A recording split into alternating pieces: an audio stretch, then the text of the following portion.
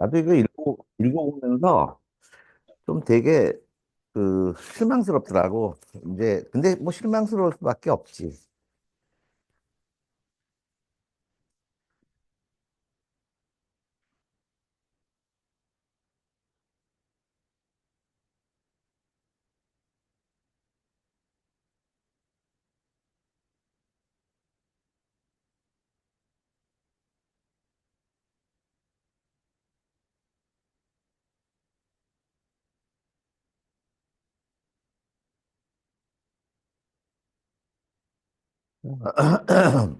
그 488페이지, 키나스는 아리스토텔레스와 마찬가지로 영혼이 순수한 형상이라고 주장하였으나 이 견해가 기독교의 영혼 불멸설과 모순되지는 않는다고 강조하였다. 사실 모순돼요.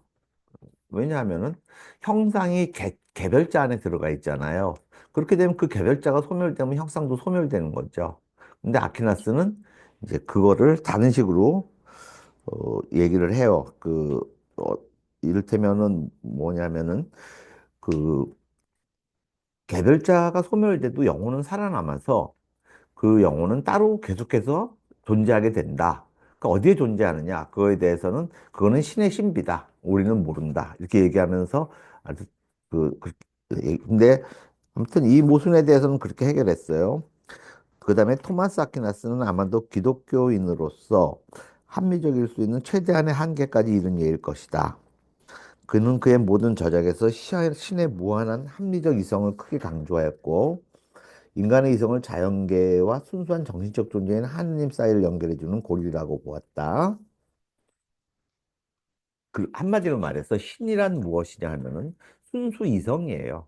완전하게 순수하게 이성적인 거고 순수하게 형상적인 거예요.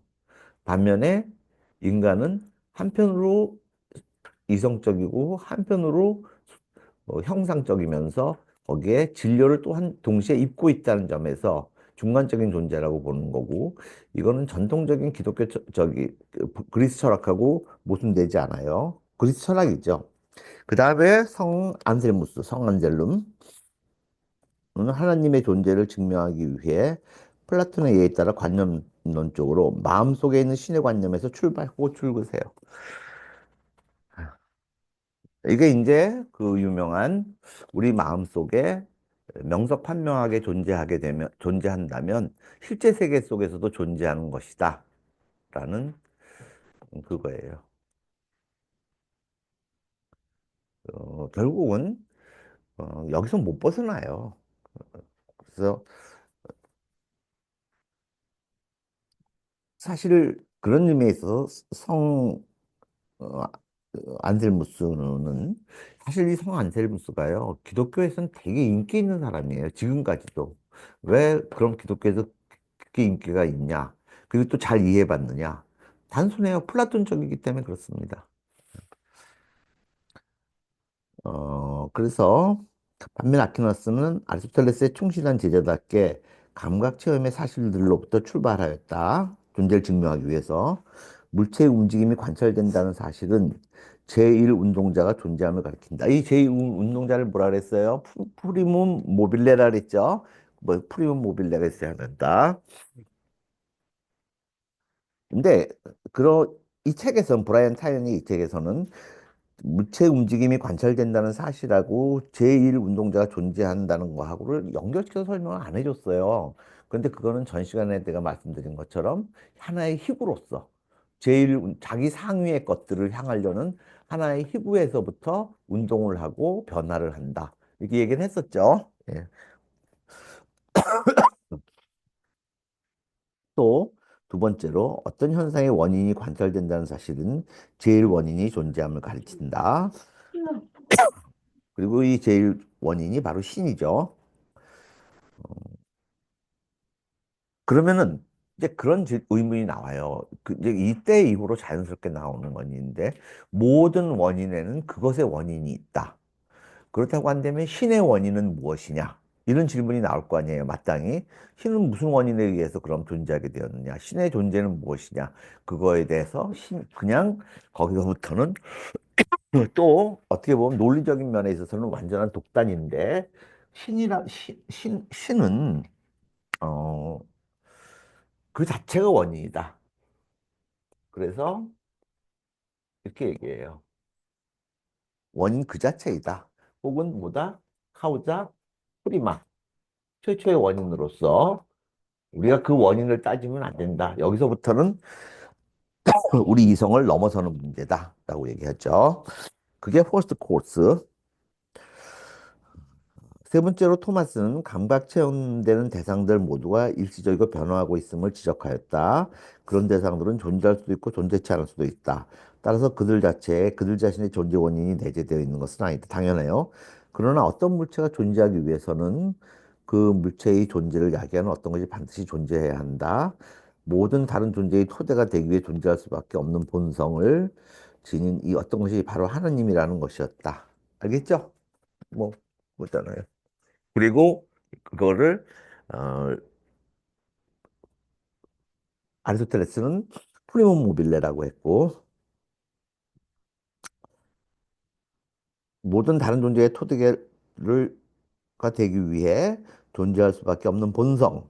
그러니까 토마스는 본질이라는 말을 어떤 사물의 본성을 가리키는 것으로 사용하였고 그의 이러한 용법에 따라 하나님의 본질은 바로 존재였다. 들으세요.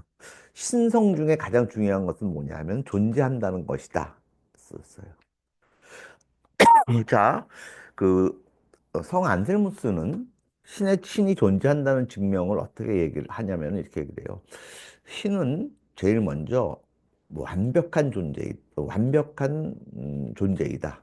그런데 어떤 것이 완벽하면서 그것이 존재하지 않을 수는 없다. 그러므로 완벽하다는 말 속에 이미 존재는 들어있다. 이렇게 말을 하죠. 어, 좀 어거지죠. 뭐 동호반복이죠. 넷째로 토마스는 사물의 완전성이 사물에 따라 차이가 난다는 것을 인식할 수 있으면은 하나님에게서만 있을 수 있는 절대적인 완전성의 기준이 존재함을 가리킨다고 논하였다. 자, 우리 이거에 대해서 경험론자들은 어떻게 얘기할까요? 그러니까 명백히 여기서 위계를 말합니다.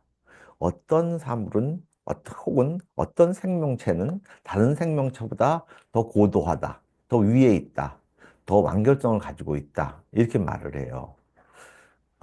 그거에 대해서 우리가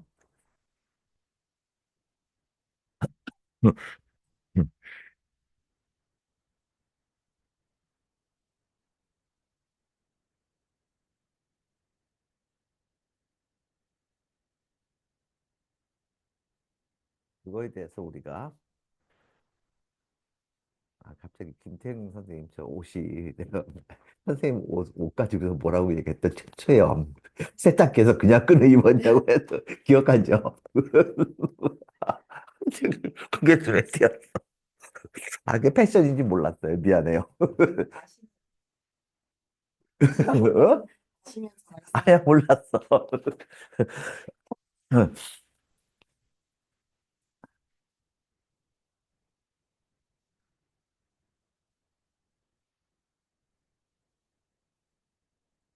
그 우리 어렸을 때는 팔바지라는 게 유행했어.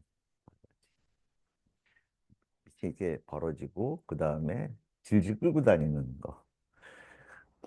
우리 어머니 조카가 한번 그 옷을 입고 우리 집 놀러 왔는데 우리 어머니가 조카 보면서 그러는 거야. 야, 너는 동네 먼지 다 쓸고 다니려고 그 옷 입었니? 선생님은 입으신 적 있어요? 없어요. 아, 남자들도 입었어요. 그랬지. 남자도 입었어요.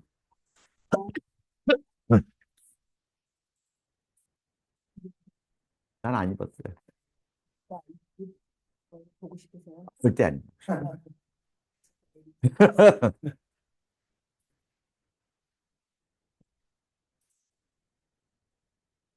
자, 그 사물의 완전성이 사물에 따라 차이가 난다. 그걸 줄을 긋고 그거 점에 있어서 경험론자들하고의 의견이 완전히 배치된다는 사실을 인식하세요. 경험론자들은 이러한 위계를 인정하지 않습니다. All propositions of equal value라는 말이 있잖아요. 모든 명제는 등가이다. 그거에 대해서는 all beings of equal value, 모든 존재는 등가이다라고 또 말했을 거예요. 그러니까 모든 생명 현상이나 어떤 대상은 그 자체로서 완결된 것이고 그 자체로서 다른 어떤 것과의 우열이 있는 건 아니에요. 경험론적 입장에서는. 궁금한 건데 예. 모든 대상 그 자체로 완결되었다는 어떤 예? 사람은 모든 대상은 예. 그 자체로 완결되었다. 예. 그가 사실 저는 그런 생각을 해요. 정말 어떻게 보면은 바퀴벌레가 결국 모든 생명 현상은 그 번성하기 위해서 번성하기 위한 게 자기 목적으로 갔잖아요. 그랬을 때 생존에 가장 최적화된 동물은 바퀴벌레가 아닐까? 그러면서 인간들이 되게 취약하다는 생각을 많이 해요. 뭐, 그, 파스칼은 그렇게 얘기하잖아요. A drop of water. 그러니까 물 한 방울, 뭐, 어떤 액체 한 방울, A drop of vapor. 그다음에 어떤 증기의 한 일부분만으로도 인간을 죽이는데 충분할 정도로 인간 취약하다고. 네. 그리고 또, 뭐 강아지 같은 걸 내려다 봐도 걔가 그 자체로서 완결돼 있지 나보다 걔가 못하다 이런 생각은 안 들어요.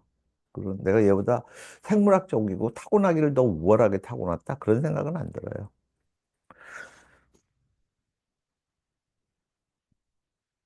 그래서 이렇게 사물의 완전성이 사물에 따라 차이가 난다는 것을 인식할 수 있음은 하나님에게만 있을 수 있는 절대적인 완전성의 기준이 존재함을 가리킨다고 논하였다. 됐죠? 위계가 존재한다는 사실은 결국 그 위계의 끝으로 가면은 가장 완벽한 존재가 있어야 되지 않겠냐 하는 걸 말해요. 사실 굉장히 영리한 논증이긴 해요. 영리한 논증이긴 하지만 경험론적 입장에서는 절대 받아들일 수 없는 논증이죠. 아니, 우리가 우리의 정치 시스템에 있어서 보통 선거제를 채택하고 있어서 한 사람이 한 표를 행사하잖아요. 그게 의미하는 바가 뭔데요? 누구도 누구보다 우월하지 않다는 거예요. 정치적 견해에 있어서 우월한 사람들이 따로 존재한다면 그 사람들한테는 표를 더 줘야 되죠. 끝으로 우리는 자연에서 단순한 우연의 결과라고는 볼 수 없는 순서 바른 사건의 연계, 근데 씨앗에서 식물이 자라나는 것을 관찰하게 되는데 이는 우주를 지배하는 최고 지성이 존재함을 가리킨다고 토마스는 생각하였다. 이건 인식론적인 거죠. 어, 그러니까 그 어떤 사건이 이렇게 올바르게 순서를 가지고 반드시 그런 순서로 일어난다고 하는 사실은 무엇인가 전체를 관장하는 최고 지성이 있어서 이 모든 걸 갖다가 이렇게 되도록 만들었다고 하는 거. 사실 나중에 워치메이커, 이 시계공의 개념으로 더 진화하게 될 그거를 이미 말하고 있어요. 안셀메의 노래와 마찬가지로 이 다섯 가지 증명은 그뒤 수세기 동안 철학자들의 토론거리가 되었고 오늘날까지도 여전히 논의되고 있다. 인간의 본성에 관해 고찰하면서 아퀴나스는 아리스토텔레스의 윤리학과 정치학을 기독교 사회의 필요에 적용시키려 하였다. 그는 현세에서의 행복을 얻는 것이 인생의 온전한 목적이며 합리적인 윤리학 체계가 이 목적의 성취를 가능케 하리라는 아리스토텔레스의 견해를 기꺼이 받아들였다. 자, 행복에 적으세요. 행복. 윤리학의 목적을 행복의 추구라고 한 점 있잖아요. 이건 경험론적인 겁니다, 사실. 그러면은 이제 이 점에 있어서 플라톤과 아리스토텔레스는 플라톤과는 완전히 다른 길을 갔는데 그러면은 인생의 목적을 어, 그 플라톤은 어떻게 봤냐 하면은 자기가 타고난 자기 본분의 충족이라고 봤어요. 자, 그러면 만약 어, 자기가 가지고 이제 우리 리퍼블릭 있잖아요. 플라톤의 공화국. 플라톤의 공화국은 바로 그 말로부터 시작합니다. 자기가 가지고 나온 자기 본분의 달성, 자기 본연의 것의 완성. 그러니까 우리가 어, 본래적으로 모든 것에는 그것에 심어져 있는 가장 올바르고 온당한 본성이 있고 역할이 있다는 거예요. 즉 분수가 있다는 겁니다. 그래서 그 분수를 완전히 충족시킬 때 행복이 좋은 사회가 얻어진다고 봐요. 그리고 그게 바로 저스티스, 정의다라고 봅니다. 플라톤은 그렇게 정리를 규정을 해요. 그리고 사실 맞고.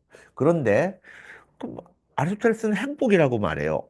그럼 행복이라고 한다면 그 행복의 달성이라고 한다면 이건 상당히 경험론적인 견해인데 이렇게 받아들일 수가 있어요. 그런데 그랬을 때 행복을 행복이라는 걸 어떻게 정의하느냐가 달라지는 겁니다. 결국 아리스토텔레스는 행복이라는 걸 플라톤과 똑같이 자기가 가지고 나온 본연의 것의 달성으로 봐요. 다시. 그럼 다시 돌아가는 거예요. 그래 봤자. 그런데 경험론에서는 행복을 어떻게 봐요? 자기의 감각적인 편안함으로 봅니다. 감각적인 즐거움으로. 그러니까 경험론은 어떤 사람이 가지고 나온 본연의 무엇이라는 걸 인정해요, 안 해요? 안 합니다. 그런 거 없어요. 감각적인 편안함을 가질 때. 그래서 우리가, 봐봐요. 에피쿠로스 학파, 즉 쾌락주의라고 불러지는, 사실 잘못 오해될 수 있는 에피쿠로스 학파는 경험론 쪽이에요, 실제론 쪽이에요. 그래서 경험론적인 거예요. 쾌락, 향락 이런 것들이 그냥 결국 윤리학의 목적이다는 거죠.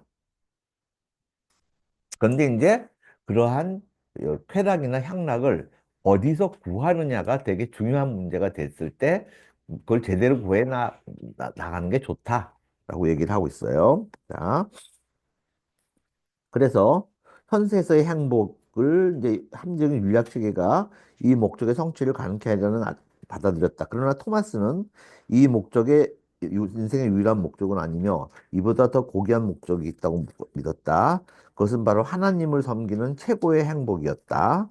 자, 하나님을 섬기는 행복이라고 하는 것 그 자체가 인간이 본래적으로 가지고 나온 인간의 본성을 다하는 거예요. 그럼 인간의 본성이란 무엇이냐? 하나님을 섬기는 것이에요.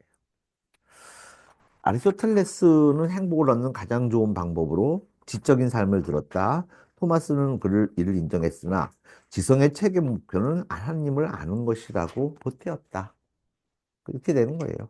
이 목표는 내세에서 완전히 달성될 것이었고, 내세에서 구원을 받으려면 아리스토텔레스가 제시한 이성적인 덕의 실천과 함께 기독교의 덕인 믿음과 자비의 실천도 반드시 필요한 것이었다. 자, 요게 토마스 아퀴나스의 윤리학이었습니다.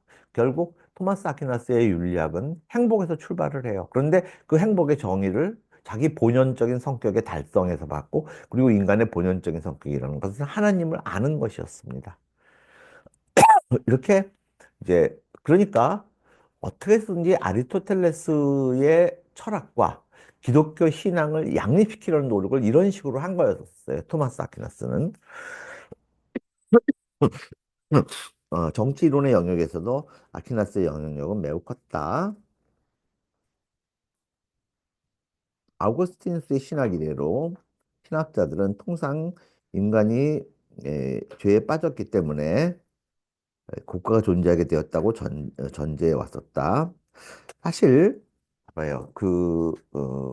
이 정치학에 있어서 국가에 대한 필요성을 아리스토텔레스는 뭐라고 얘기해요? 이렇게 얘기합니다. 인간은 폴레이스적 동물이다. 그러니까 인간은 우리가 사회적 동물이다라고 얘기하잖아요. 사실은 그거는 원래는 인간은 폴리스에서 사는 동물이다라는 거였었어요. 그걸 이상하게 왜곡해서 번역을 했어요. 일본 애들이. 근데 원래는 그냥 인간은 폴레이스적 동물이다라는 선언은 정치학에서 시작된 겁니다. 그리고 거기서 폴레이스라고 말하는 거는 국가예요. 즉, 인간은 본성적으로, 인간의 본성 속에는 국가를 구성하려는 본성이 내재해 있다. 이렇게 봐요. 즉, 무정부주의라고 하는 거는 발을 디딜 틈이 없죠.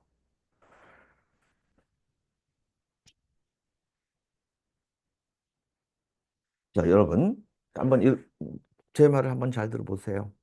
국가에 대해서 우리가 인간의 본성 속에는 국가 속에서 살고자 하는 그러한 것이 내재해 있다라고 하는 것하고 다른 하나는 어떠한 사람이 자기의 인신을 보존하고 그리고 자기의 물질적 삶의 최선을 향유하기 위해서 그래서 국가라는 조직체가 가장 바람직하다고 여겼기 때문에 국가 속에 속하게 되었다라는 쪽하고 어느 쪽이 여러분에겐 더 타당하게 느껴져요? 후자죠. 근데 후자가 경험론적 견해입니다. 그럼 전자는 국가에 대한 매우 도덕적인 설명이 있죠. 그렇지만 후자는 국가에 대한 매우 법률적인 설명이에요. 결국은 정치 시스템이다. 이렇게. 음, 이제 아우구스티누스도 본질적으로 그렇게 봐요. 그리고 물론 거기엔 또 신앙이 들어가죠.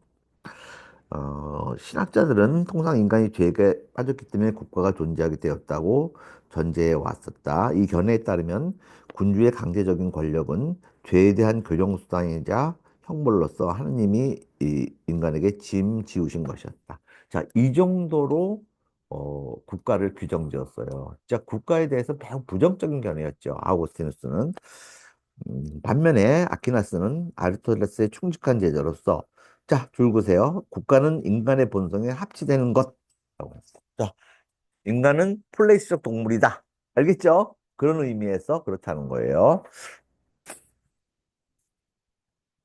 인간은 선을 이룰 수 있는 많은 잠재적인 지적, 물질적, 도덕적 능력을 지니고 있는데 그러한 능력은 인간들이 모여 이루는 사회 안에서만 발현될 수 있다. 바로 이런 견지에서.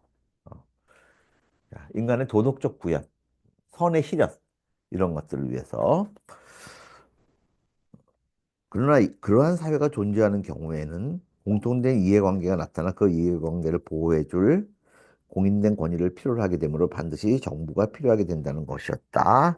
여기서 국가의 적정한 형태는 인간의 본성과 욕구에 대한 이성적인 고찰에 의해 결정되는 것이다. 이걸 그리고 줄거기서 덕치주의라고 하세요. 이게 이제 덕치주의입니다.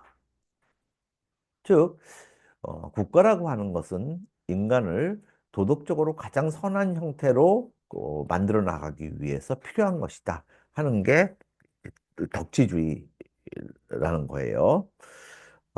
반면에 인간이 국가를 필요로 하는 것은 그 실천적인 효용 때문이다 라고 할 때에 어떤 게 나타나냐면은 최소한의 에, 그 값싼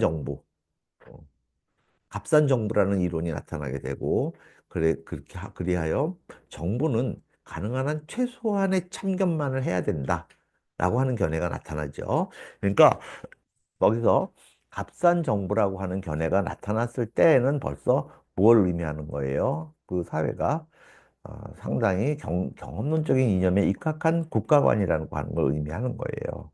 자, 우리 지금 한번 생각을 해봅시다. 이건 여러분이 생각해 볼 값어치가 있어요. 여러분들 대부분은 국가가 나에게 있어서 조금 덜 참견해 주기를 바라지 않나요? 그쵸? 다 그렇죠. 어, 이제 국가라는 것은 기본적으로 경험론적 원칙상 우리가 그 국가가 없게 되면은 만인에 대한 만인의 투쟁이 되므로 우리의 자유권의 일부를 국가에 양도를 해서 국가가 그 권력을 쥐고 있고 우리는 거기에서 우리 합의에 의해서 구성된 그 정부의 법률 그것을 따르고 산다. 이렇게 됐을 때 그 국가는 어디까지나 우리의 합의의 소산이라고 보는 게 있죠. 자, 국가를 합의의 소산으로 보느냐, 아니면 국가라는 것은 우리 합의 훨씬 이전에 인간의 선한 것을 고양하기 위해서 먼저 존재해 준 것이냐, 요 차이가 있는 거예요. 정부, 국가라는 걸 바라볼 때. 근데 여러분들이 이제 우리가 지금 국가가 우리한테 참견하는 영역 중에서 가장 심각한 영역은 사실 우리 뭐 죄 짓고 사는 사람들도 아니고 형사적인 문제가 있는 것도 아니니까 대부분은 그 세금 문제잖아요. 얼마만큼의 세금을 내느냐 했을 때 이제 그 세금을 내는 문제에 있어서 국가가 많은 참견을 하고 있죠. 뭐 많은 참견이 아니라 전적인 참견을 하죠. 그랬을 때에 그러한 것들을 좀 최소한만 해줬으면 했을 때 우리가 고려해야 되는 건 그거예요. 과연 우리가 최소한의 세금만 냈을 때 좋은 국가가 되느냐, 아니면은 상당한 부분을 책임져야 되느냐, 이런 문제가 있는데 거기에는 복지라는 문제가 걸려 있어요. 그랬을 때 결국은 복지라는 것을 도덕적인 견지에서 바라보느냐, 아니면 실천적인 견지에서 바라보느냐가 되게 중요해집니다. 그래서 그게 정치 철학에 있어서 되게 중요한 요소예요. 즉, 복지라고 하는 것을 도덕적인 견지에서 바라보게 되잖아요. 그렇게 되면은 아리스토텔레스의 국가관으로 금방 갑니다.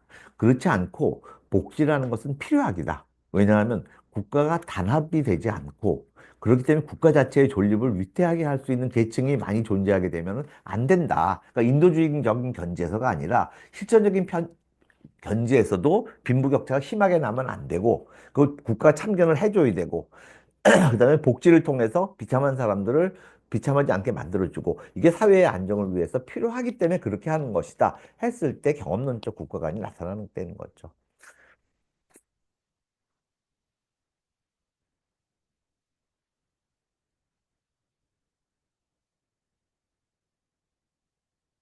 자, 그러나 그러한 사회가 존재하는 경우에는 공통된 이해관계가 나타나 그 이해관계를 보호해줄 공인된 권위를 필요로 하게 되므로 반드시 정부가 필요하게 된다는 것이었다. 여기서 국가의 적정한 형태는 인간의 본성과 욕구에 대한 이성적인 고찰에 의해 결정되는 것이었다. 사실 지금에 있어서는 이런 국가가 안 갖고 있습니다. 지금에 있어서는 인간의 본성이라거나 뭐 이런 걸 욕구라거나 이런 거에 대한 이성적인 고찰에 의해서 국가관이 결정되거나 그러지는 않아요. 어떤 국가의 효율, 가장 많은 생산성, 그 다음에 안정성, 그리고 security, 그 다음에 이제 국방 이런 거에 의해서 결정되죠. 딴 경우와 마찬가지로 여기서도 아퀴나스는 기독교인으로서 아리스토텔레스보다 한 걸음 나아갔다. 인생의 목표가 현세에서의 자연적인 행복한 삶을 꾸리는 것이라면 국가만으로 인간의 모든 필요를 완전히 충족시키는 사회를 이룰 수 있을 것이다. 그러나 인간은 내세에서 하나님과 함께 살아야 하는 초자연적 운명도 지니고 있으므로 이 또 하나의 목적으로 이걸 위하여 교회도 필요하다는 것이었다. 이제 이렇게 됐을 경우에는 이제 되게 위험한 지경에 이르러요. 한 국가가 두 개의 최고권을 가질 수 있어요, 없어요? 없어요. 한 국가가 두 개의 최고권을 가질 경우에는 거기에 주권이라는 문제가 돼야 돼요. 도대체 주권을 누가 쥐느냐는 거예요, 문제예요. 그러니까 이 문제에 대해서도 이 대해서 토마스 아퀴나스가 역시 완결될 수는 없었어요. 그러니까 토마스 아퀴나스는 차라리 신정국가를 더 원했을 거예요. 그랬을 때 주권이 누구한테 있냐? 고- 세속적인 정부에 있다고 생각하냐? 아니면 교회에 있다고 생각하냐? 결국은 단일한 최고권이 있어야 되거든요. 아퀴나스는 특징적으로 법의 필수적인 토대로서 이성을 강조하고 입헌군주제를 옹호하였으나 그 밖엔 독자적인 정치론을 내세우지 않았다. 마찬가지로 교회와 국가의 관계에 대한 그의 견해도 그가 그 문제를 상세하게 고찰한 적이 없었으므로 모호하였다. 자, 모호하게 남겨뒀어요. 이거를. 그러니까 굳이 물었다면 아마 교회의 최고권을 교황의 최고권을 주장했을 거예요. 그러나 국가가 인간의 본성에서 기원했던 그의 가르침은 뒷날 여러 정교 분리론 및 입헌정부 이론들의 토대가 되었다. 국가를 자연적인 사회로 보는 고전적인 관념은 이미 한 세기 전부터 로마법 연구자들에게 친숙해 있었으나 로마 법학자들이 그 이론을 별로 발전시키지 않았기 때문에 신학 및 철학의 주류 사상, 그래서 맴돌고 있을 뿐이었다. 이거 되게 중요해요. 사실 이 문제에 대해서 본격적으로 매달린 사람, 조직적인 것으로서의 하나의 국가의 존립 이유, 왜 국가가 있어야 되고 그 국가의 목적은 무엇이고 국가의 역할은 무엇인가라는 걸 고찰한 사람은 아리스토텔레스가 처음이었습니다.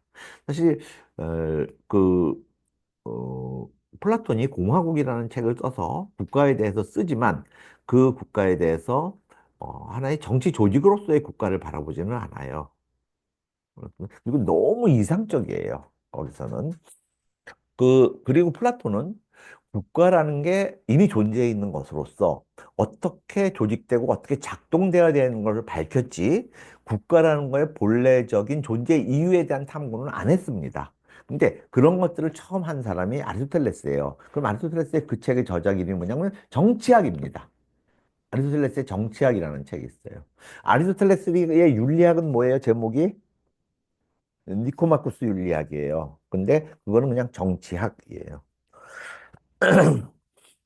아퀴나스는 우리가 이래요. 이 그 그 사람의 견해에 입각해서 뿐만이 아니라 그에 상반되는 것으로서의 정치 철학을 살펴보기 위해서는 정치 철학이나 윤리학을 보기 위해서는 굉장한 고도의 철학적 훈련이 필요해요. 사실 그렇지 않은 경우에는 정치 철학을 있잖아. 맞는 얘기네. 당연한 얘기네. 이렇게 하면서 그냥 이렇게 돼 아무 생각 없이. 그렇지만 다른 정치 철학도 있을 수가 있다라는 거는 사실 고도의 철학적 훈련이 된 사람조차도 힘들어요. 그게. 그러니까는 자꾸 어떤 사람이 정치 철학이나 윤리학에 있어서 혼란을 겪는 게 당연해요. 그런데 이게 프레임이 있어야 되는 거예요. 그래서 그 반대되는 견해라는 거예요. 아퀴나스는 아리스토텔레스의 가르침을 강력하게 재천명함으로써 수세기 만에 처음으로 정치 이론이 법학이나 신학의 한 분야로서만이 아니라 자연철학의 중요한 일부분으로서 연구할 수 있게 하였던 것이다. 이는 매우 중요한 일이었다. 뒤이은 사상가들은 국가에 대한 그리스인의 관념을 대표하는 데 그치지 않고 그들 자신의 사회에서 자라나온 법 원칙들을 보편적인 전기 원칙으로 일반화시키려 했던 것이다. 자, 이제 요거를 그 보편성을 강조하려고 했던 것 자체가 뭐냐면은 앞으로도 한참 동안, 정말 한참 동안 아담 스미스나 뭐 이런 사람이 나타날 때까지도 국가를 자연적인 존재물, 즉 인간의 본성에 가장 부합하는 자연 그 내추럴한 어, 그- 그리고 거기에서의 모든 국가적인 법은 어디까지나 내추럴 러, 자연법에 기초해야 된다라는 이념을 계속 불러들인 이유였던 거예요. 음. 14세기 초에는 정부에 대한 동의를 할 권리, 정부도 법에 구속된다는 원칙, 다수결의 타당성 따위의 관념들이 정치 철학의 정교한 저작들로 해서 옹호되게 이르렀다. 그렇지만 이 정치 철학에 관련된 중요 저서들이 전부 다 국가를 아리스토텔레스가 말한 견지에서 바라봅니다. 국가란 인간 본성이 자기 자신을 구현하기 위해서, 즉 자기가 타고난 자기의 본성을, 즉 자아 실현을 위해서 반드시 필요한 것이다. 라고 얘기한 거예요. 음. 그래서 국가라고 하는 것을 어, 이렇게 자연적인 조직이 아니라 뭐로서 봤을 때, 계약으로 봤을 때, 그걸 계약으로 봤을 때 국가 간에 대해서 혁명적인 이론이 발생한 거죠. 그래서 장자크 루소의 사회계약론이 그렇게 폭탄과 같은 선언이었던 거예요. 장자크 루소의 사회계약론은 사실 사회계약론이라고 거기서 말하는 건 사회는 국가입니다. 장자크 루소는 국가라는 말조차도 안 해요. 국가라는 걸 자연적인, 본래적인 것으로 안 보기 때문에. 이해하겠어요? 토마스 아퀴나스의 업적을 고찰하면서 우리는 냉철하고도 강력한 지성으로 당대의 모든 중요한 문제에 과감히 뛰어든 위대한 사상가를 만나게 된다. 중세가 지난 뒤에도 그의 사상이 오랫동안 로마 가톨릭 교회의 공인 철학으로 인정되었던 이유로 이해하기는 어렵지 않다. 그러나 바로 그 이유 때문에 아퀴나스 당대는 뭐 공격받았고 그를 비판했던 자들은 그가 이성을 넘어도 강조해 소박한 신앙을 해치고 있다고 생각했다. 보수적인 교인들은 그를 위험한 과격분자로 여겼다. 참, 이게 그 당시에는 토마스 아퀴나스가 너무 진보적이었다는 이유로 비판을 받은 거예요. 그 당시에는. 근데 지금은요, 여러분 혹시 그 서양 철학사를 무려 10권으로 쓴 철학자가 한 명이 있는데 그 사람이 누구냐면 프레드릭 카플스톤이라는 사람이에요. 그 프레드릭 카플스톤이라는 사람은 누구냐 하면은 로마 교황청의 수도 사제입니다. 그래서 신앙의 견지에서 세계 철학사를 쓰는데 토마스 아퀴나스랑 너무 비슷해요. 토마스 아퀴나스적 시지각이라고 하는 게. 근데 자기 자신이 인정을 해요. 그 토마스 아퀴나스 주의자를 뭐라고 얘기해요? 영어로는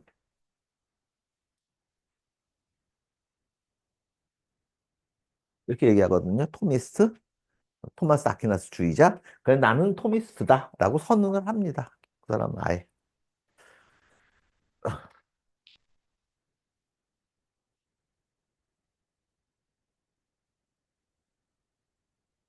그래서 그럼 보수적인 교인들은 누구겠어요? 플라톤적 철학에 입각한 아우구스티누스 학파들. 그 사람들은 그를 너무 진보적이고 과격하다고 봤던 거죠. 그래서 당시에는 그의 철학 체계 가운데 여러 철학 체계 가운데 하나의 철학 체계의 창시자다. 라고밖에는 안 봤어요, 사실. 토마스 아퀴나스를 당대에는. 13세기에 이른 대학의 설립, 세련된 신학과 정교한 법칙의 창시, 새로운 과학 방법론의 형성들, 사상의 세계에서 많은 업적을 이뤄냈다고 할 수 있다. 그러나 그들 가운데 누구도, 심지어 토마스 아퀴나스조차 그들이 궁극적으로 추구했던 목적, 모든 지식의 조화롭고도 만족스러운 종합에는 도달하지 못했다. 어쨌든 그들은 중생 스스로 만족할 만한 종합조차 이루지 못하였다. 이만큼은 한계예요. 자, 잠깐 쉬었다가 건축예술, 문학 들어가 봅시다.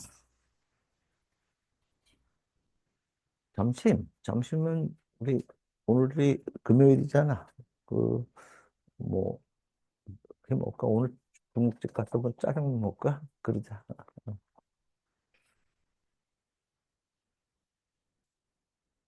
아, 오늘 박선 씨가 안 왔구나. 박선 씨 뭐 왜 안 온다는 말은 안 했지.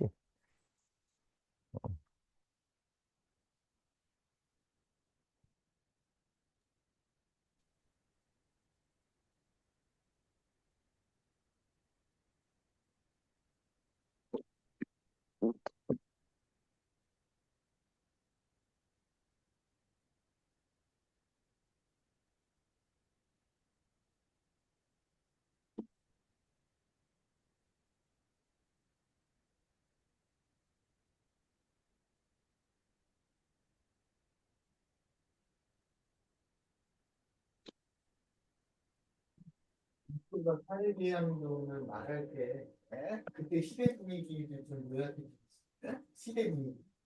그 시대 유럽의 분위기는 어떻게 있었는지. 그때의 이제 제일 대표적인 철학자가 그때도 소시라고 말이죠.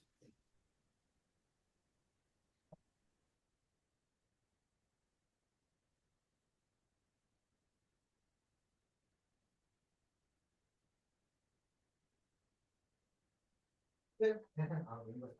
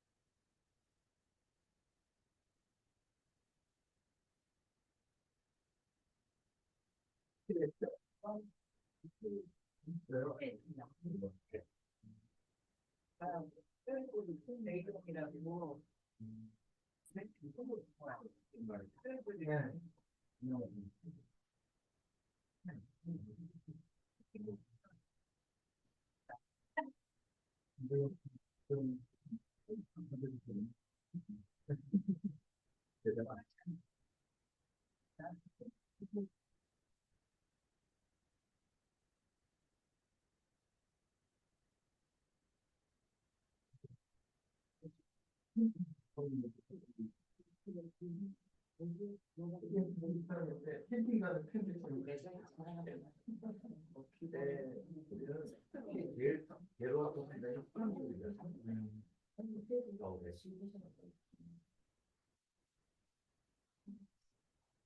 삐졌어요. 예, 그럼요.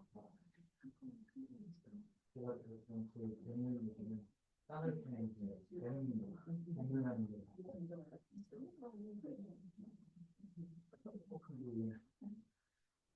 그래서 그냥 이제 선생님하고 교수님하고 같이 여쭤봤는데 제가 너무 도움 받아서요. 이렇게 사람마다 자기가 쓸 수 있는 에너지라고 해야 되나? 이렇게 마음의 총량 같은 게 있잖아요. 그죠? 그 차이가 크죠.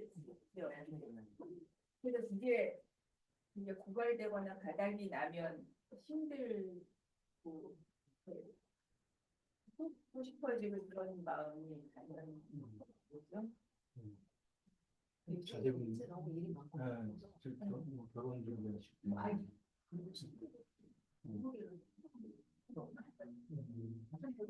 아니, 그 처음에는 이제 많이 빼고 제가 뺀 거죠. 처음에 근데 좀 엄청 내시고 요즘에 완전 딱 그리고 있어. 그리고 그래요. 무슨 종으로 너무 믿지 말아야 되는 그래서 살 빼지 않는 친구죠. 그 마음고생이 네. 최고예요. 진짜. 아니, 그 고생은 아니지 마음 쓰. 아니, 그래서 아니, 교수님한테 제가 아니 그러니까 제가 쓸 수 있는 에너지의 총량을 저는 지금 쓰고 있는 중이에요. 선생님. 예. 그래서 저 최선을 다한 것 같습니다. 충분히 알고 있어요. 근데 이게 네. 대견하다고 생각하고 있어서 네. 언제든 쓸만한 선물한 것 아니, 같아요. 아니 그런 걸 또 전 그게 또 큰 빚이 돼가지고 더 힘드니까 그런 걸 하셨거든요. 그 심장이 작은 사람이 있는 거죠. 그러니까 저는 사실은 아무 일 없을 때는 이 수업 듣고 집에 가서 누워 있고 뭐 월수는 쉬고 그냥 내일 매일 뭐가 있으니까 머리 마음이 그런가 봐요. 그러니까 이렇게 그 본인이 멀티태스킹 능력이 원래 좀 떨어지죠. 없죠 저는. 네, 그게 처음에 똑같아요. 네, 집중 요거 하면 이제 네. 그거만 하고. 그러니까 어느 정도 멀티태스킹 능력이 없냐면요. 저는 진짜 없는데 이 학교 5분에서요. 두 부를 못 써요. 아 이거 재밌겠네. 두 개를 동시에 못 써요. 하다못해 뭘 간단하게 끓이고 하는 문제 있어요. 끓이고 데피는 문제에 있어서도 못 해요. 가령 그 아줌마가 여기는 생선 조림이 있고 여기는 국이 있으니까 그걸 데펴서 드세요 하고 네. 하잖아요. 그럼 하나 해서 또 보고서 그게 완전히 다 데펴졌다는 걸 확인하고 또 뭐 다른 걸 쳐요. 그 정도로 없어요. 심각하지 않아? 아니 TV에서 전에 실험을 했는데 여자한테는 내보고 전화 받고 음식을 하는데 되는데 남자한테 그 실험을 하니까 전화할 때 애한테 얘기하고 그래서 원래 멀티태스킹이 여자는 이렇게 잘 된다고 그렇게 실험이 나오더라고요. 아, 근거 있어요. 여성 호르몬이 멀티태스킹적이긴 해요. 어떤 거에 집중하기보다는 그런 것 같아요. 그러니까 지금 그런 분들은 이 전문직에서 기본 들어가서 그거 하나 못 되는 하는 거 되게 잘 해야 되시는 분인데 이게 집안 살림 같은 거는 진짜 멀티태스킹. 그래서 집안이 개판이에요. 이거는 그 아줌마가 이제 일주일에 3번 오잖아요. 안 오는 날 저녁은 완전 개판인데 어떻게 하루 만에 이렇게 돼요. 하는 방 왜냐하면 제티가 있어. 아, 강아지가 어디든지 한 대가 있잖아요. 그 사람은 이렇게 항상 정복된 삶을 살 수는 없어요. 근데 완벽하지 않아도 된다고 생각하시면 근데 이거 생각해. 멀티가 될 수 내가 있어요. 집을 어지럽히 그 여유조차 없고 그 이유조차 없고 그 시간조차 없죠. 왜냐면 새벽에 나오지. 집에 안 계시니까. 없잖아. 밤에 들어가지. 그러니까 혼자서 어지는 거야. 그리고 지금 또 한 가지 제가 아는 양이 충분해. 네, 또 하나 있어요. 저는 제가 옷 입는 게 저의 마음의 스트레스 해소였거든요. 제 마음대로 제가 물감에 그림 그리듯이 했던 거거든요. 알았어요. 근데 선생님 말씀하시니까 제가 여기 올 때 너무 신경 근데 이제 그거는 그렇게 네. 받아들여요. 안 그럴 거 있지만 이제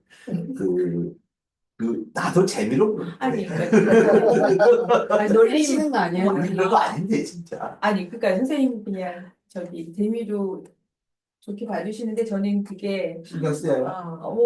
이 옷을 입지 마라, 뭐 저 옷이 어떻다 그러면 집에 가서 너무 올 때 뭐를 어떻게 입어야 되는지가 한 번 더 신경 쓰게 돼요. 그러니까 이제 선생님 한기로도 한기로.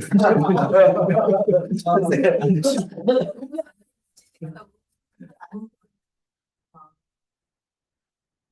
그래서 나는 딱 하나만 안 해주면 돼요. 왜냐하면 그러면 나도 계속 피곤하니까 보라색. 나는 보라색이 피로해. 아, 그 색깔이. 색깔이 필요해. 그만 딱 아니면 돼. 국가의 선전도 힘든데 선생님의 의복에 대한 관심은 어떻게? 근데 소화성이 치료가 가능해요? 네. 소화성. 치료가 가능해요. 범죄 영역 아니에요 요즘에. 그 범죄죠. 요즘에는 뭐 그렇죠. 근데 뭐 그거를 치료의 대상으로 삼아야 될지는 좀 근데도 범위의 대상인가요? 그러니까 뭐 결국은 애착의 대상들이 생기는 건 사람마다 다른데 그뭐 본인이 그런 범죄 영역까지 이제 침범을 해서 하는 거면 거기서 다가야지 정신과에서 다른 문제는 아닌 것 같아요. 근데 다 정신과 가거든요. 정신과에서 어떻게 해줄 거라고 믿어요. 그거를. 뭐 예를 들면 예전에 동성애도 이제 다 정신과에서 다뤘는데 동성애도 뭐 이제 요즘에는 빠졌잖아요. 진단명에서도 빠졌는데 그건 뭐 이제 결국 개인적 선호의 문제인데 뭐 그게 문제가 된다고 생각해서 본인이 고치는 쪽으로 가야 되는데 그걸 막 이제 정신병적 문제로 자꾸 생각하면은 끝이 없으니까. 저 봤어요, 소아성애자. 네. 소아성애자. 그러니까 소아성애자를 내가 본 게 아니라 사실은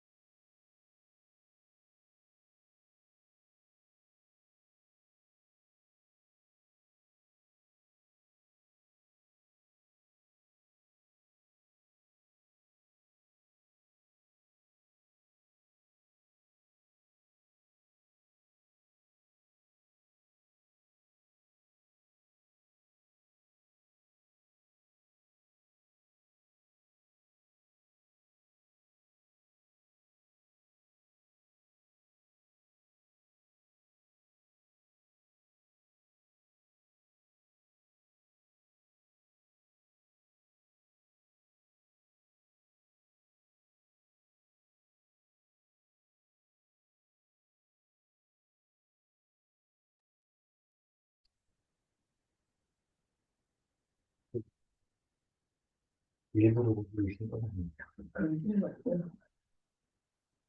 저는 오히려 이게 뭔가 저걸 개인적인 문제인데 이제 그게 막 이제 드러나면서 뭐 법적인 문제에다가 막 이런 걸로 다 이제 끌고 들어가잖아요. 너무 좀 가혹한 거 아닌가 싶기도 했었다고 진짜로. 그래서 그렇게 좀 생각은 했었고 그 속사정은 저도 잘 모르겠고 뭐 사겼다는 얘기만 저는 모르겠다. 개인적인 실적법이 그때 걸리지 않았기 때문에 어기지 않았으니까 그렇게 뭐 사랑해서 뭐 사귀었을 수도 있는 것 같은데 그 여자가 지금 죽었다고 이제 저렇게 비난받아야 되나 싶기도 해서 저는 뭐 숙사전까지 자세히 묻더라고요. 그때는 미성년 데뷔한 미성년자 연습생들에 대해서 그러겠대요. 김지현이 자기 소속사에 속한 애들 때 전부 다 성추행을 엄마는 되게 불편해. 오빠만까 다 드러나고 진짜 집이 않다. 그래서 아마 이렇게 막 그 광고에서도 막 이렇게 손절되고 그런 근데 광고에서 먼저 아는 거예요. 먼저 아는 것도 자기네 정보를 통해서 회사들은 청년 중에 한 명씩 허경영 같은 사람이 있어요. 청년이 한번 골로 특이한 친구.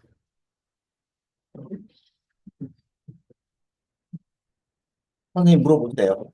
아까 질문했던 거. 네, 예. 그 뉴스가 있던 시대의 분위기를 좀 요약해. 예, 루소가 활약했던 시대는 어느 때였냐면요. 계몽주의 시대였어요. 계몽주의 시대에 루소가 활약을 했고, 계몽주의 시대에는, 자, 잘 들으세요. 18세기 후반이 계몽주의 시대였거든요. 그러면 18세기 후반 하면 우리가 18세기 후반에 가장 위대한 철학자로 누구? 데이비드 휴미예요. 데이비드 휴. 그 다음에는 다 자질구레했어요. 그랬을 때 볼테르, 디드로, 달랑베르 별 볼 일 없죠. 그 다음에 장자크 루소 이런 사람이었어요. 그런데 그런 애들을 뭐라고 불렀냐면 특히 프랑스에 있는 애들은 앙스클로페디라고 불렀어요. 앙스클로페디 백과전서파. 그 백과전서파 애들은 각기 계몽되어야 된다는 사실에만 동의를 했지 철학적 이념은 다 달랐어요. 즉 이성에 의해서 계몽되어야 된다고 생각은 했지만 그래서 장자크 루소 같은 경우에는 낭만주의 이념을 갖고 있었어요. 그 당시에는 아직 낭만주의가 예술 사상으로는 대두되지조차 않았는데 장자크 루소는 이미 철학에 있어서 낭만주의의 기초가 되는 논리들을 편 거예요. 이성에 대한 감성의 우위를 말한 거죠.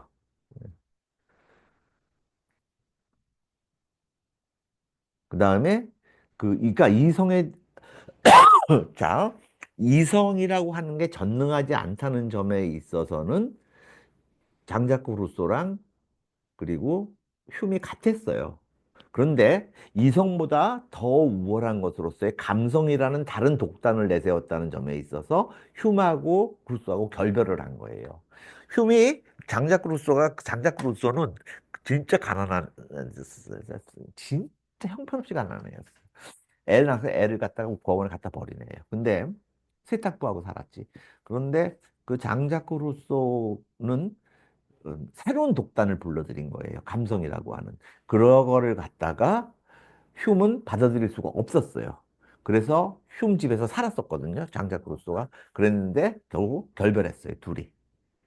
왜냐하면 흉은 이성의 독단을 인정하지 않을 뿐만 아니라 어떤 거의 독단도 인정하지 않는 철두철미하게 회의론적인 사람이었으므로. 자, 그렇게 된 거였고, 또 한쪽으로는 아직까지도 이성이라고 하는 거의 전능성을 믿어 마지 않는 사람들이 있었어요.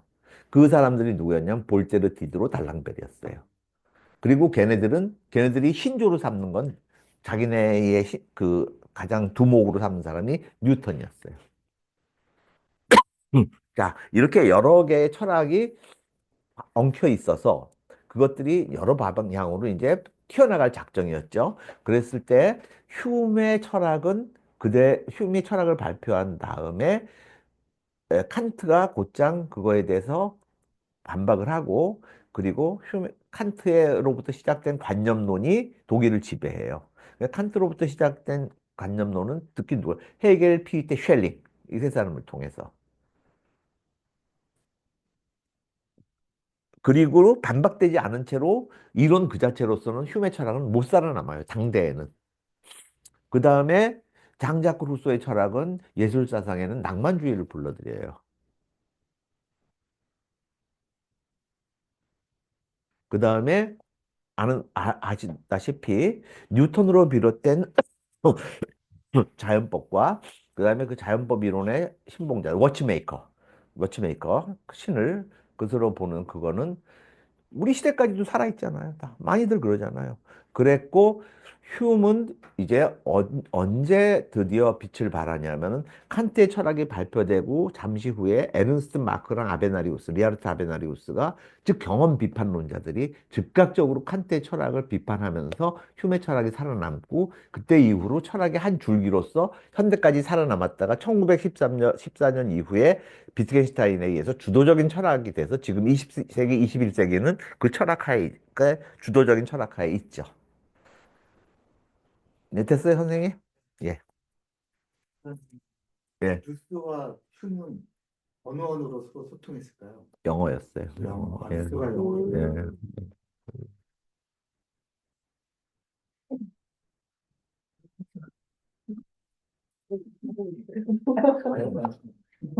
루소가 살아남기 위해서요, 몸도 팔았어요. 늙은 여자한테. 그, 그 얘기는, 어, 스탕달에 빠르무, 그 샤르트로즈 빠르무인데 그러니까 빠르무의 승원장, 빠르무의 수도원장 뭐 그쯤 번역됐는데 거기서도 한번 언급이 될 정도로 유명한 사건이었어요. 자, 건축 예술 문학 쪽 한번 봅시다. 사실 제가 이걸 보면서 지금까지도 이걸로다가 해야 되나 말아야 되나 하는 생각이 들 정도인데 그냥 짧으니까 이걸로다 일단 한번 해봅시다. 예. 자세히 이제 내 책에서 자세히 하게 될 거고. 11세기 한 연대기 작가는 그가 살아오는 동안 유럽이 하얀 교회 건물로 온통 뒤덮이게 되었다고 썼다. 그러나 그는 그 이후 중세 내내 계속될 굉장한 건축 활동의 시초만을 본 것뿐이었다. 저기 제가 뭐라 그랬어요? 고딕의 개시를 언제로 보라 그랬어요? 1140년. 1140년으로 보라 그랬잖아요. 그러니까 11세기 한 연대기 작가가 말했을 때는 어떤 건물에 대해서 말하는 거예요. 로마네스크. 그러나 그는 어, 종교적 건물은 중세의 지배적인 예술 형태였고 12세기에 발전되어 13세기에 완성된 고딕 양식의 성당은 이거 12세기에 발전되었잖아요. 12세기에 발전된 거는 사실 크게 봐서 그거예요. 그 생드니 수도 앱스하고 그다음에 파리 노트르담, 그다음 13세기에 완성됐다. 그거는 샤르트르. 고딕 양식의 성당은 중세 문명의 가장 위대한 예술적 업적이었다. 이거밖에는 없습니다. 사실 예술에 있어서 중세인들이 한 거는 뭐냐 그러면은 로마네스크 성당과 이제 로마네스크 성당이라고는 안 해요. 로마네스크는 수도원이라 그러죠. 예, 뭐. 그리고 성당은 고딕 성당, 커시드럴. 근데 거기서 그 고딕이 이룬 업적이 너무너무나 커서 정말 중세인은 이걸 했다라고 한다면 우리가 딱 하나만 말한다면 고딕 성당을 지었다라고 말할 수가 있어요. 그 정도로 중세인에게 있어도 고딕 성당이라고 한 건 엄청난 거였습니다. 뭐야, 이놈의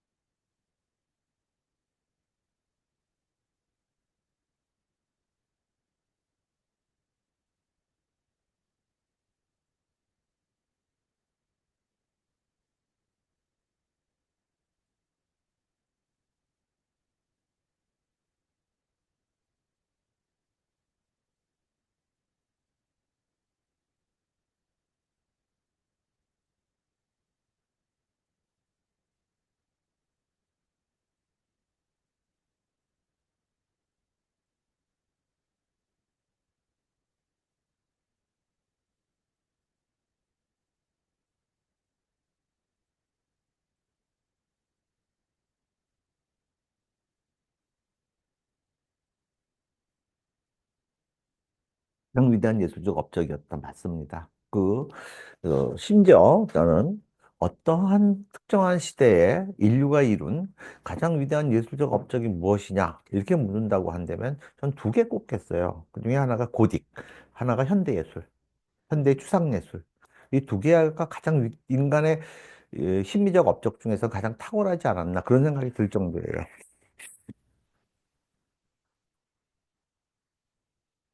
성당 건축의 시대는 라틴 문학 및 소고 문학에 뛰어난 작품들이 태어날 시기이기도 하겠다. 자, 여기서 소고 문학이라 그러잖아요.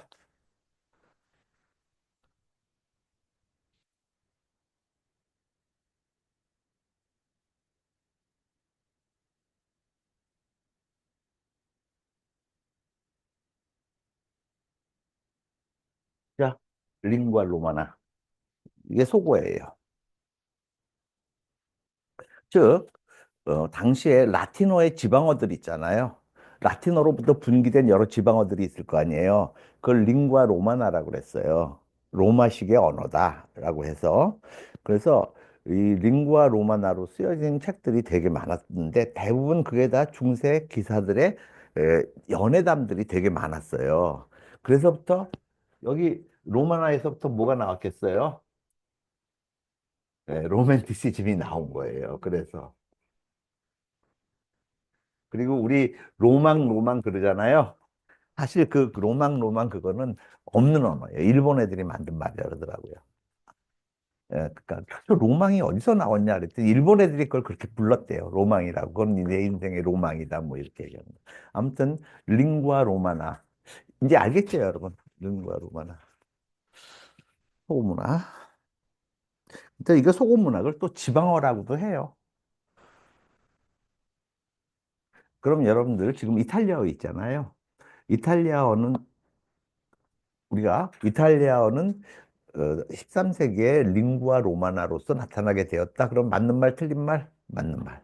알겠죠? 불어도 링구아 로마나 중에 하나로서 태어나게 되었다. 약간 다르긴 해요. 에, 이제 불어 보면은 현저히 다릅니다. 약간 다른 게 아니라 상당히 많이 달라요. 그래도 불어예요. 보면.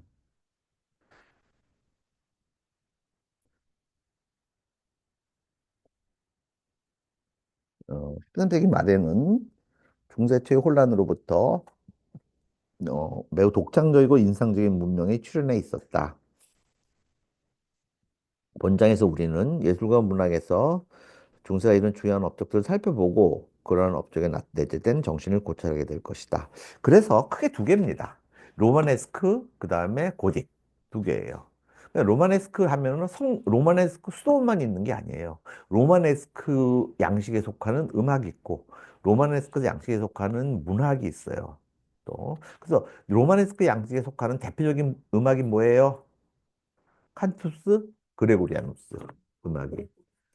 그레고리안 성가가 이제 로마네스크 문화 속에서 이루어진 음악적 업적. 그 다음에 고딕 시대에는 어떤 업적? 고딕 시대의 음악으로서의 최고의 업적은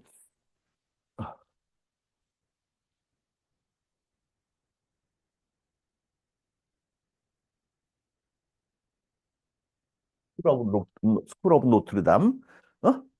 노트르담 악파. 저건 악파라는 뜻이었어. 악파. 그래서 한 사람이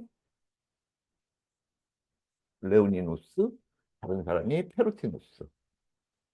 이 두 명에 의해서 대표돼. 그래서 이걸 불어로 레오냉 페로땡이라고도 부르고. 그러면은 한번 물어보겠어요. 자, 우리가 한토스 그레고리아누스.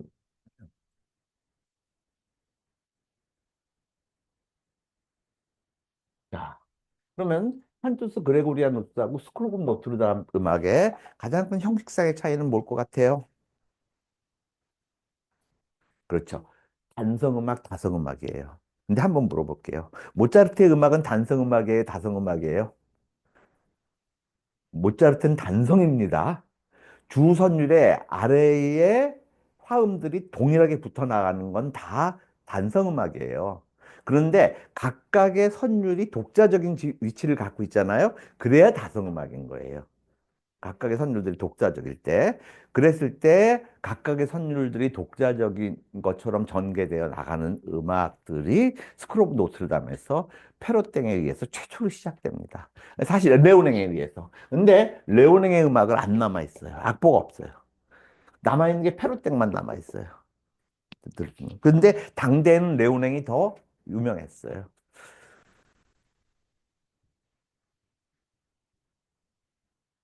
그러면 여러분, 제일 먼저 한번 이렇게 생각해 봅시다. 우리가 바흐의 음악과 모차르트의 음악을 한번 비교해 봐봐요. 그랬을 때 무언가 계속해서 상승하면서 계속 운동해 나간다는 느낌은 바흐의 음악에서 받아요? 모차르트 음악에서 받아요? 바흐예요. 왜 그래요? 바흐의 음악은 다성음악이기 때문에 그래요. 성부의 성부가 더해지고 성부의 성부가 더해지면서 계속 상승감을 주잖아요. 그런 거 마찬가지로 페르ting의 음악도 계속 상승감을 주죠. 이거는 어디 건물에 맞아요? 로마네스크 수도원에 맞아요? 고딕 성당에 맞아요? 같은 거예요. 그렇게 해서. 그걸 그렇게 같이 그리고 우리가 이제 링구아 로마나로 쓰여진 고진 문학을 있잖아요. 그럼 거기에서도 뭔가 굉장히 열에 들뜨고 불안정하고 그리고 계속해서 약간은 표현적인 듯한 느낌을 주는 그러한 어떤 경련적인 요소가 있어요. 그것도 역시 어떤 운동성을 되게 강력하게 드러내요. 그 문학도. 그렇게 고요하고 차분하다는 느낌을 안 줍니다. 여러분이 만약 이제 장 라센이나 코르네유의 문학을 보다가 아, 어, 사실주의 문학과 그 다음에 프루스트의 문학을 이렇게 읽어보잖아요. 그러면 장 라센이나 코르네유 음악은 뭔가 땅에 딱 붙어 있는 듯하고 견고하고 확고해요. 근데 프루스트 요새 우리 하고 있지만 약간은 열에 들뜬 듯한 아슬아슬함이 나타나면서 전개된다는 느낌 안 받아요? 보면은 무언가가 확고하게 정이 내려지거나 그러지는 않고 계속 감각의 인식의 표층을 계속 움직이면서 이렇게 한다는 느낌? 그렇게 크게 어떤 예술은 정적이고 견고하다는 느낌을 주는 게 있고 어떤 예술은 계속 불안정하게 뭔가 운동성을 나타내려고 한다는 느낌을 주는 경우가 있어요. 어, 그거는 파르테논 신전이 굉장히 정적이고 고정되어 있는 느낌을 주고 또 르네상스 양식의 건조물들이 또 그래요. 그래서 우리가 이제 되게 재밌어요, 이게. 유럽에 보잖아요. 그 유럽에 가서 특히 파리하고 로마를 보잖아요. 그러면 도시가 땅에 딱 붙어 있는 느낌을 줘요. 뭔가 정사각형으로 딱 규격전 느낌을 주고 사각형들로 이렇게. 되게 재밌어요. 반면에 영국에 가잖아요. 그럼 뭔가 약간 운동성이 있고 들뜬 느낌을 줘요. 그건 뭐냐면 그만큼 파리와 이탈리아는 고전 고대로부터 비롯된 르네상스 영향을 되게 많이 받았고 영국은 그만큼은 상당히 경험론적인 이념에 의해서 고딕풍 건조물이 많이 들어와 있기 때문에 그래요. 이렇게 달라요. 분위기 자체가, 기분 자체가, 무드가 다릅니다. 로마네스크 건물화, 건축과 예배의식, 샤르마뉴 시대로부터 할 때는 그냥 800년경으로 보면 돼요. 800년경. 거기다 800년경이라고 하세요. 샤르마뉴 시대라고 하지만 800년경으로 보는 게 더 정확해요. 800년에서 1140년이 로마네스크다. 그러면 1140년 이후로 1300년까지가 고딕이다. 이렇게 보면 돼요. 어, 그러면 여러분 물을 거예요. 그러면은 800년까지는 뭐였어요? 800년까지는 뭐였냐? 없었습니다. 예술이라는 게 하나의 양식으로서 딱 규정될 만한 그때는 그냥 그때까지도 민족 이동에 의해서 계속해서 혼란기가 지속된 상황이었어요. 그러면 샤를마누 시대로부터 정치적으로는 정치적으로 봉건제도의 완전한 성립이 있게 되는 거예요. 그러니까 우리가 중세하면 봉건제도 하잖아요. 아니에요. 중세에서도 기원 800년경에 가서야 완성된 봉건 제도가 나타나요. 그 이전까지는 그냥 부족 국가들이 막 이리저리 있었고 그 부족 국가 중에서도 전쟁이 일어났을 때에는 그들을 규합했던 그 중에 최고 대빵이 있었을 뿐이에요. 샤르만 시대로부터 11세기 중엽까지의 12세기 중엽까지 12세기 중에 1140년 즉 뭐가 나타날 때까지 생드니 예, 이른바 로마네스크 시대에는 종교 문화 영역에서 두 가지 뚜렷한 발전이 이루어졌다. 첫째, 로마네스크 건축 양식의 출현. 둘째, 서방교회의 예배의식이 두드러지게 정교화되었다. 그러면은 서방교회의 예배의식이 정교하게 됐다 하는 것을 로마네스크 양식적이 되었다라는 건 아닙니다. 이건 단지 이제 하나의 양식이라는 게 출현했다는 걸 의미할 뿐이에요. 특별히 로마네스크적이기보다는 이제 문명 세계에 진입했다라는 걸 의미하는 거예요. 그러니까 우리가 로마네스크 양식이 출현했다라고 하는 거는 거기 로마네스크 양식이라고 하는 거에 특별한 의미를 부여하는 것 이상으로 의미가 부여돼야 돼요.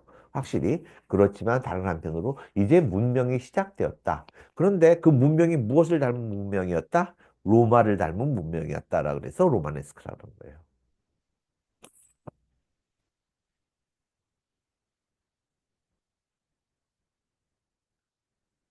건축에서 중세가 이룬 업적을 평가하는 데 있어서는 훌륭한 건축물이 양적으로만도 굉장히 많이 세워졌다는 사실을 먼저 강조해야 한다. 중세에 세워진 수천 개의 교구 교회와 함께 수백 개의 대성당과 수도원 건물이 지금도 남아 있다. 엄청 많죠. 엄청 많아요. 진짜. 뭐 한 블록에 하나씩 있을 정도잖아요. 그랬을 때 이제 여러분한테 말씀드리고 싶은 거는요. 만약 유럽에 가서 계속 도시에서 부딪히게 되는 이러한 성당이나 수도원을 보고 그 건물을 봤을 때는 두 가지를 꼭 보세요. 양식, 어떤 양식에 입각해 있는지. 다른 하나는 건립연대. 그랬을 때 그 건립, 양식과 건립 연대가 일치할 때만이 유의미한 건조물입니다. 이해하겠어요? 그러니까는 1300년경에 로마네스크식 양식의 건조물이 세워졌다 그러면 여러분 주의 깊게 바라봐야 돼요? 그러지 않아야 돼요? 주의 깊게 바라보지 않아야 돼요. 그런데 1400, 1500년 다 돼서 고딕식의 건조물이 지어졌다? 그러면 그 고딕이에요? 아니에요? 아닙니다. 밀라노가 그래서 어? 아니면 밀라노 대성당이 그래서 밀라노는 그것도 그렇고 그 이유도 하나고 다른 하나는 밀라노의 구조역학적으로 밀라노는 그 외벽이 굉장히 두터워서 그 공중부벽이 있을 필요가 없어요. 그 공중부벽을 멋으로 덧붙인 거야. 거기다 고딕이 유행이라니까 유행으로 그렇기 때문에 구조역학적으로도 아니어서 본질적으로 고딕 성당이 아니야. 자꾸 뭐 후기 고딕이라는 둥 뭐라는 둥 얘기하지만 그거는 밀라노는 그냥 짬뽕 성당 아무것도 아니야. 그러면은 피렌체 두오모는 무슨 양식 우리가 굳이 얘기한다면 피렌체 두오모 로마니스크 로마네스크 양식 양식이 그렇지 시대착오지.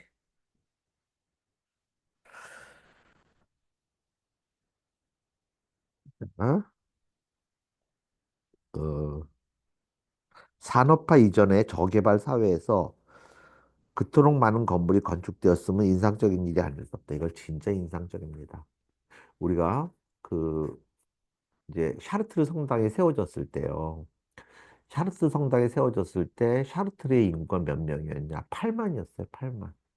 그러면 인구 8만이 그렇도록 거대하고 그렇도록 화려한 건조물을 지었다?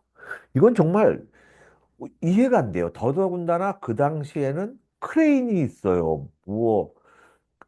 그 불찾기가 있어요. 뭐가 있어요. 정말 도르래 하나만에 의존해서 몸으로 때워야 되는 그런 사회에서 8만 명의 인구밖에 안 가지고 있는 도시라고 할 것도 없는 데가 저토록 아니 파리는 이해가 돼. 파리 노트르담은 그 당시 인구가 이미 많았으니까. 그런데 그 사람들만의 힘으로다가 그 사람들만의 돈으로 저걸 세웠다. 야, 저건 정말 신앙심 위에 딴 거로는 해명이 안 돼요. 게다가 비교적 큰 축에 속하는 건물들의 규모는 실로 엄청나다. 존 하베이는 콘스탄티누스 시대 이후 7세기 동안 유럽에서 고전적인 바실리카 양식의 대성당들에 견줄 만한 규모의 건물이 전혀 세워지지 않았다고 지적하였다. 네, 바실리카 양식은 뭔지 다음에 나와요. 예컨대 로마에 있는 바실리카 양식의 콘스탄티누스 성당 한가운데 있는 중앙홀은 세로 265피트, 가로 383피트였다. 로마의 멸망 이후 500여 년 동안 서방에서 세워진 건물 가운데 가장 큰 것은 아헨에 있는 샤르마르 교회였다. 이게 800년이었어요. 그것은 팔각형의 도움 구조로서 장엄한 인상이 없는 것은 아니지만 실제 크기는 직경 50피트에 불과했다. 15m. 되게 조그맣죠? 이에 비해 1097년, 1099년에 웨스트민스터에 세워진 윌리엄 러퍼스의 대성당홀은 238피트 곱하기 83피트. 이제 여기에 와서야 비로소 콘스탄티누스가 세워는 콘스탄티누스 성당에 비견할 만한 건조물이 그때서야 세워지는 거예요. 그 다음에 이제 이거보다 더 스케일도 크고 더 본질적이고 그 다음에 훨씬 더 그 이념을 잘 드러내는 게 생세르맹이죠. 사실. 다음 세기의 많은 대성당들은 그보다도 훨씬 더 컸다. 이 규모의 문제는 근데 여기서 이제 이 디멘션에서 그걸 안 썼네. 높이를 안 썼네. 높이. 높이가 빠졌네. 이게 가로 세로만 썼지. 왜냐하면 높이까지 고려했을 때는 정말 그 어, 로마네스크와 고딕의 차이는 엄청 크거든요. 예, 규모의 문제는 대규모 건축이 공법상의 여러 문제를 야기하여 갖가지 건축 실험을 자극함으로써 고딕 양식의 출현에 크게 기여하였기 때문에 상당히 중요하다. 그렇진 않아요. 로마네스크 수도원을 지으면서, 로마네스크 바실리카를 지으면서 거기에서부터 어떤 축적된 기술이 고딕에 공헌했다. 이거는 헛소리 중에 제일 큰 헛소리입니다. 왜냐하면 로마네스크 양식은 기본적으로 고딕 양식의 출현을 방해합니다. 그러면은 고딕은 아예 출발서부터 로마네스크 건축에 대한 그러한 컨셉트와는 다른 컨셉트로 접근하는 거예요. 그러니까 다른 이념과 다른 세계였기 때문에 로마네스크와는 상관이 전혀 없어요. 음. 로마 제국 말기에 우리 사람들은요 그런 경향이 있어요. 어떤 경향이 있냐면 인과율을 찾는 경향이 있습니다. 그래서 뭐가 뭐에 영향을 줬다. 뭐가 뭐에 영향을 줬다. 그래서 이제 그 우리 아버님 친구들을 만나거나 우리 어머님 친구들을 어떻게 집에 찾아오시거나 그러면 얘기하는 게 있어요. 아이고 너 엄마 닮았다. 네가 뭐 음악 전공했다며? 니네 엄마가 그렇게 음악을 좋아했단다? 뭐 이런 식으로 찾아.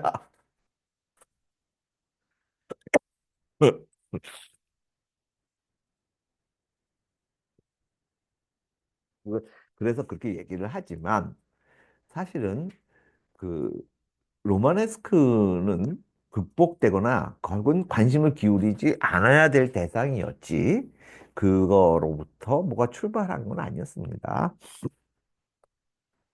로마 제국 말기에 이탈리아의 기독교 교회 건물은 대개 평평한 나무 지붕에 직사각형 형태를 한 소박한 바실리카 양식이었다. 자, 이게 바실리카는 우선 지붕이 어떻다? 평평하다. 지붕이 평평해요. 그러면은 지붕이 평평했을 때의 그 건물에서 불만족스러운 요소는 뭘까요? 이제 내 전공 나오네. 공간감이 없어도 공간감이 아니라. 공간이 그렇죠. 특히 그때 뭐가 작다고 얘기해야 되죠? 우리가 주랑이라고 얘기해야 돼, 주랑. 주랑의 폭을 넓히는데 한계가 있다. 왜냐하면은, 평평하니까. 평평하니까 위에서부터 압력이 내려왔을 때, 여기 내려앉잖아요. 단지 이거예요. 그래서 기둥을 세워서 이걸 보강하는 예도 있었어요. 음. 벽에 평평하면서도 저 길이를 넓힐 수 있는 거는 언제 와서 본격적으로 가능해졌냐면은 철근 콘크리트 공법에 의해서 가능해져. 평평하면서도 안에 주량을 넓게 확보할 수 있는 거는 철근 콘크리트, 즉 콘크리트의 인장력 덕분에 가능해졌어요. 그 다음에 다른 하나는 이제 건축 공법의 발달에 의해서 밸런스에 의해서 서로가 서로를 잡아주는 양식으로 올라갈 때 이제 저런 그 넓은 공간을 확보하면서도 위로 올라가. 여러분들 그거 생각할 때 좀 이상하지 않아요? 그때 그 월드 트레이드 센터에 비행기가 부딪혔을 때, 위에 부딪혔는데 왜 아래까지 다 무너졌지? 그런 게, 그거 이상하지 않았어요? 그게 왜냐하면은 현대 건축 공법의 중요한 요소 중에 하나가 밸런스가 있기 때문에 그래요. 위에 층과 아래 층이 서로 힘을 가지고서 서로 잡아줘요. 그래서 위가 무너지면 아래도 무너져 버려요. 그래서 제가 그 아파트 높이까지 올라가, 나 불안해. 그건 아예 들어가고 살고 싶지가 않아. 저것이 한 층 무너지면 다 무너지는 거, 와르르. 이번에 하나만 무너져도, 한 군데만 붕괴돼도 서로 잡아주기 때문에. 좋아요. 여기까지 합시다.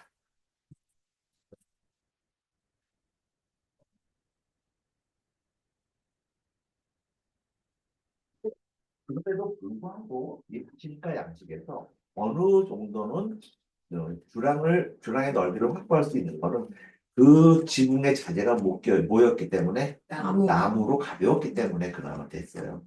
근데 그럼 그 나무를 석조 지붕으로 바꾸기로 결정을 했을 때 로마네스크가 와요. 근데 왜 바꾸려고 했을까요? 응? 전쟁 때문에 다 사버리고 불 때문에 맨날 쳐들어오고 맨날 전쟁 나고 그러면 제일 먼저 태우는 게 이렇게 성당부터 태웠어. 그러니까 불이 나니까 이 도저히 안 되겠다. 석조로 바꿔야 되겠다. 했을 때 그럼 석조의 문제는 뭐겠어요? 이 주량의 확보. 그러면 로마인과 똑같은 해결책을 구하는 거예요. 그게 뭐예요? 아치였어요. 아치. 그래서 아치를 갖다가 연속해서 놓는 게 배럴 볼트였어요. 그 다음에 측면도 아치까지 놓는 거. 요게 이제 본격적으로 로마인들의 그 두오모 양식이었는데, 이를테면 판테온처럼 그 양식이 왔고, 그렇게 해서 그 양식을 응용해서 그 배럴 볼트의 옆에다가 계속해서 아치를 뚫어서 그거를 갖다가 교차공용으로 만들었을 때, 교차공용으로 만들었을 때에 크로스 볼트라고 해요. 그랬을 때 이제 본격적인 로마네스크 시대가 온 거고, 그 교차공용을 갖다가 어떻게 만들었을 때 아주 가는 골조로 하게 되고, 그 다음에 다시 지붕은 뭐가 돼요? 지붕의 내부 골조는 나무로, 그 다음에 지붕의 바깥은 무엇으로 했을 때? 청동으로 했을 때. 그럼 최대한 석조를 한 것보다는 가볍잖아요. 이게 가볍게 만들어내기 위해서 고딕이 이제 제일 중요한 문제는 언제나 지붕에서 가해지는 측방 압력이에요. 그러니까 스로스 벡터. 바깥쪽으로 밀어내려고 하는 걸 어떻게 그 문제를 해결하느냐 문제. 그랬을 때 로마네스크는 벽을 두껍게. 그 다음에 고딕은 공중부벽. 공중부벽에 의해서 밀어주기 위해서 그걸 해결하는 그 역학적 문제가 제일 중요해요.